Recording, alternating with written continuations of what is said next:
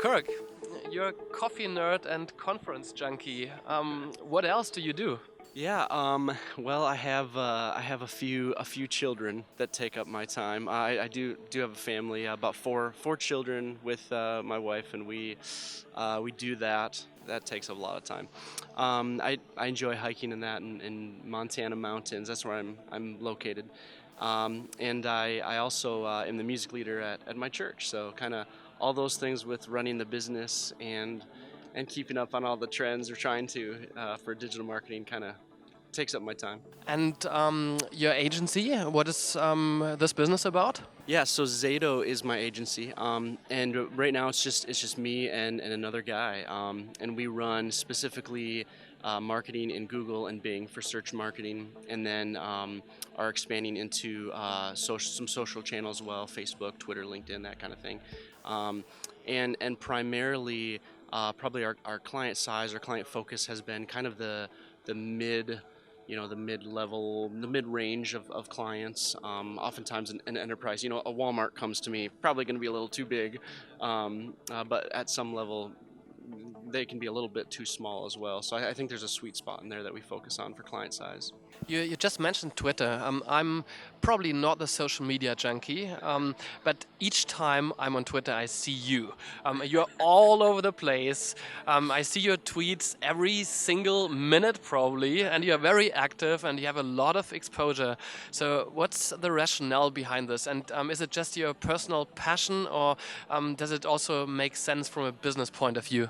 Yeah, so when I first started doing my own business thing, I beat the streets and did a few cold calling type things, tried to get clients, and believe it or not, that's difficult. And kind of had this idea of I'd like to expand and maybe become through writing and speaking and social media engagement become a little bit more of um, an a quotation marks authority for better or for worse, so that people would say, hey, there's value there. Let's have them run our marketing. And so yeah, years ago, just decided to really try to become active on social media. Twitter made a lot of sense for PPC because there's a really there was already this really active community of PPCers on Twitter, especially PPC chat, and so kind of dove in, learned a lot, have made a lot of good friends, made a lot of networking. I've gotten referrals from it. Yeah, that's how we We met. met over Twitter.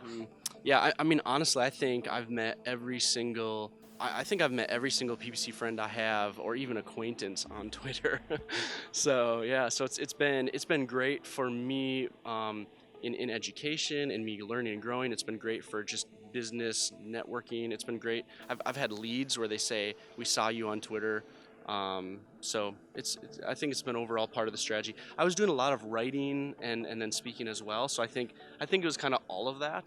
You just mentioned SMBs. So, from what I see in the market, many agencies have kind of the philosophy. There's the upper end of the market, the really big enterprise level clients, and they are quite interesting. They are hard to get. There's a lot of competition, but if you get them, that's a huge ticket size. And then there might be the very, very small local players, like the hairdresser next door or something, where it's just it's a mass market. It's a type of B to very small B business with economics like a B2C, B2C business probably. And then there's the SMB part of the market, which for many companies has been quite difficult. So what's the rationale behind your strategy and how do you do this? I think that's a good question. I think it's been changing. I think it's even changed since I started, trying to figure out what is my strategy in that. Some of that change has been just because, let's say Google CPC is rising, right? So, you could do a lot more with $1,000 5 years ago than you can do with $1,000 right now in Google AdWords. So some of that is naturally shifting in terms of, hey, if someone comes and they're a local business and they just don't really have a lot of money, are you going to maybe try to work with Facebook or that? For me, it's, in somewhat in terms of client size, you know, I, I'll always hop on the phone. Even if someone calls and they're kind of a real big enterprise level, whatever. Um, I'd love to hop on the call and see, just to see what they're interested in. But I have found, um, practically speaking, from an agency owner, especially a smaller perspective, some people like that whale client that makes up, hey, this client is 75% of our income. That kind of freaks me out, honestly. So part of what I like to have is a variety of clients in that kind of make up a cohesive whole. So if there are ever any issues or that, it's not tanking my agency. So some of that is practically that way as well. So some of that might work into agency growth models as well. I've just never really had the mindset, and I don't think this is wrong. I've not really had this intensely, let's just get as much work as possible and grow as big as I possibly can fast. So that's probably part of that as well. Yeah, so I think I just like finding good clients that I can partner with well. We have enough spend to do it well with, because sometimes you get too small in the SMB, and you need some level of spend to do something with right initially. So On Google, in traditional search, text ad based search, there are just so many slots on the first page, and we all know if you're not on the first page, you end up being on the third or fourth page. There's just no traffic available. So I mean, Google is kind of excluding the vast majority of all the companies from being present in the SERPs. On shopping, this might be a little bit different, as there are many more products which get into the Google Shopping page. So what would you recommend a small business should do in order to compete against the big guys? I mean, I think you're seeing that a little bit similarly in shopping, just because there are still at least some limited number on that SERP, let's say. So in some ways, like, bidding is still, as you well know, still a pretty significant part, because if you can get your product into that first or second slot on that SERP, then that's still a big deal. And I've been seeing client CPCs rise in shopping too.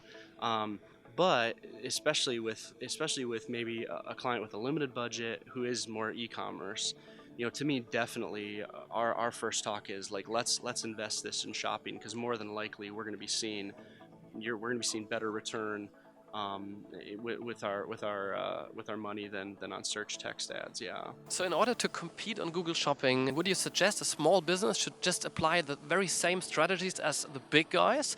Or is there anything they could do in a different way? Yeah, I mean, I think that's a two-part answer, because in one sense, we're working with the same product feed stuff. We're working with the same bidding mechanisms in some ways, right? So in some ways, like, yeah, we do want to figure out how to get our feeds optimized well, and how to bid smarter and segment out by queries and stuff like that. On the other hand, as you've noted before too, I mean, there is a difference between an enterprise level strategy, especially with, if you're talking millions of ad dollars rather than just a few thousand a month or whatever have it be. You definitely have to be a lot more targeted in terms of where you're spending that money. You can't be quite so interested in just getting out there on everything. So maybe cutting off traffic as well, and just targeting a smaller group of people and focusing on ROI instead of scale? Yeah, I mean, I think that's probably the biggest one. The biggest place to start. I think some of that is involved with. We've talked a lot about, like, query type strategies with shopping, and some of that is when you're targeting that ROI, maybe being a little bit quicker. Like, even if you're pretty convinced that these more general queries should convert for you, hey, you only have a limited budget. You know that these better queries, these more specific brand queries, can convert. Initially, maybe the place to start is by really focusing your budget there. If you're making your ROI and you're expanding your spend and you want to get into that stuff, great, build that. But starting out very, very targeted, I think, is really the key. What would you say are the most exciting Google Shopping innovations which will influence a retailer's business in the next 12 months? I've been doing more and more with dynamic remarketing, and so I think some of what is happening there in terms of innovating is not even what we see, but maybe more on Google's side. My assumption, and this is from, they keep putting out more and more dynamic type stuff. I mean, they're getting their machine learning stuff all the time on the back end. It's becoming smarter. It's becoming better. It's becoming better at finding intent and all that. So I think that things like dynamic product retargeting is just going to continue to get smarter and better.